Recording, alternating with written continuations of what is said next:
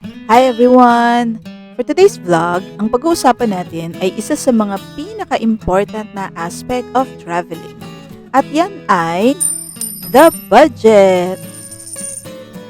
I-share ko sa inyo kung magkano inabot ng Singapore trip namin at kung paano mag-travel on a budget. Especially sa Singapore na alam naman natin na mataas ang cost of living. So kung gusto nyo ng budget tips para sa inyong Singapore travel, panoorin nyo to. Huwag na tayo magpaikot-ikot pa. Diretso na tayo sa spreadsheet. Dito sa ginawa kong spreadsheet, makikita nyo na bago pa kayo makarating sa pupuntahan nyo, meron ng mga expenses na magaganap. And ito yung mga airfare, Klook activities kung nag-book kayo sa Klook, which I suggest that you do, travel tax, at hotel.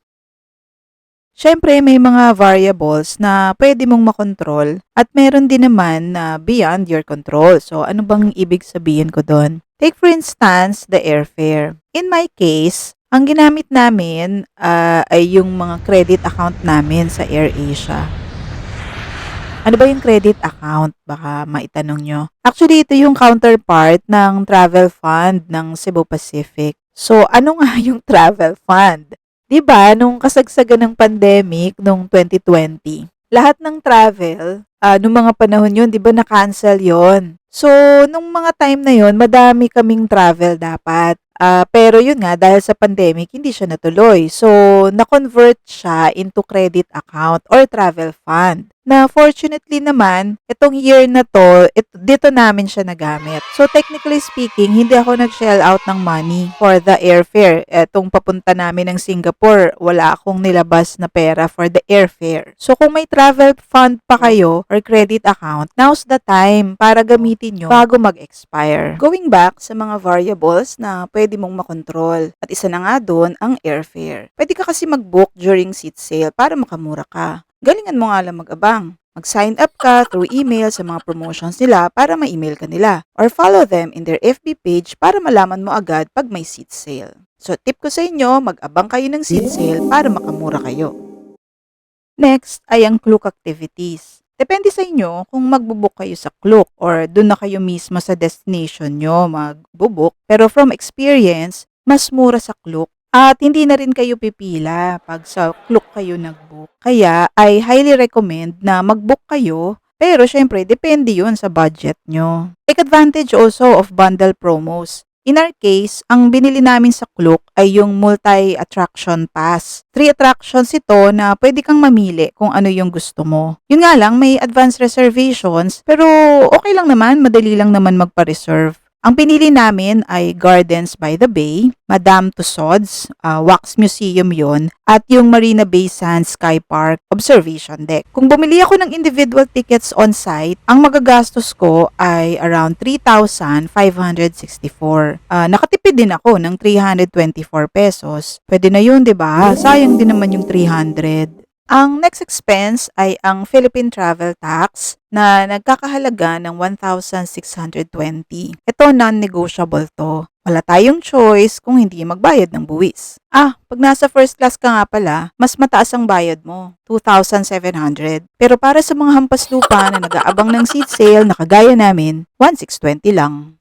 Ngayon naman, punta tayo sa hotel. Yung hotel, isa siya sa mga variables na pwede mong makontrol aside from the airfare at saka yung mga tour activities mo. Second time ko na sa Singapore magbiyahe. And I can say na mahal mag-hotel sa Singapore. Kung nagtitipid kayo, pwede naman sa mas mura na hotel. Pero at the expense of, let's say, the toilet. May mga toilet na ubod ng liit. Or, maliit yung room mo. Yung bang tipong ang hirap gumalaw, tapos may mga malalaking maleta ka pa, tapos walang window. Kung meron mang bintana, wala ka namang view. Ang isa pang kapalit ng murang price ay yung hindi ganong accessible yung hotel. Malayo ang bus stop, or malayo ang MRT, or malayo ka sa mga tourist spots. Pero kung okay lang naman sa'yo yung mga sinabi ko at hindi ka naman maselan, edi book mo na yung cheapest sa Agoda or Booking.com. Kung paano mag-book at pumili ng best hotel for you, meron tayong separate vlog for that. Ngayon naman, punta tayo sa daily expenses. As you can see dito sa aking spreadsheet, Ang mga expenses ko during the stay ay syempre meals, kailangan natin kumain, transpo, and SIM card. Yung meals, nagalat ako ng budget na $10 per meal per pax. For me kasi, sa akin, kasya na yun. Pwede mo pa nga matipid yun eh, kung sa mga hawker center ka lang kakain. Kami kasi kadalasan sa mall kumakain, kaya namamax ko yung $10 per meal na budget ko. So, nung day 1 namin, hapon na kasi kami dumating noon, kaya $22 lang nagastos ko sa food.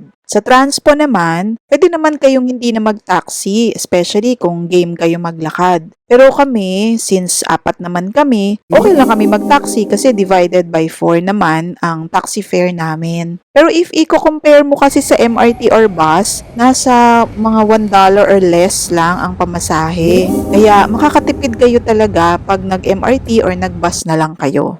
Next naman is the SIM card. Need nyo talaga to yung SIM card. Naghati kami ng ate ko sa bayad sa SIM card kasi lagi naman kaming magkasama. Maganda kasi yung may SIM card kayo kung may times na nagkakahiwalay kayo dun sa, kunyari, grupo kayo, tapos may mga moments na magkahiwalay kayo ng punta, ganyan. So, maganda talaga yung may SIM card para sa communication nyo within the group. Maganda din kasi yung SIM card sa Google Maps. Yan, dyan mo siya magagamit eh. At saka nga pala, yung SIM card, mas mura sa Klook. Pag sa Klook ka bumili, around 300 pesos lang yon. Pero kasi ako, sa Singapore na kasi ako bumili sa 7-Eleven. So, ang nagastos ko doon, $12. Around 500 pesos yun eh. Tapos, naghati kami ni ate. So, on day 2, $30 pa din yung meal ko, which is tama lang. Nasa budget pa din naman yon. Nag-top up din ako ng EasyLink card, pero hindi ko yun naubos ha. Yung EasyLink card nga pala, pag binili mo siya, $10 siya. Ang cost niya is $10. Pero, $5 lang doon yung pwede mong magamit. Yung remaining $5, parang parang bayad mo na sa card. Tapos, pag naubos mo yun, magta-top up ka na or maglo-load ka na. On our third day, ganun pa din, almost $30 yung nagastos ko sa meals kahit nilibre na kami nung anak ko niyan ng dinner. So mukhang napasobra lang talaga ako sa kain.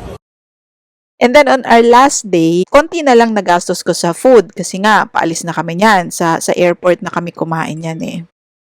So all in all, ito yung total na nagastos ko for the daily expenses. $161 or 6,843 pesos lang. Naggulat nga din ako.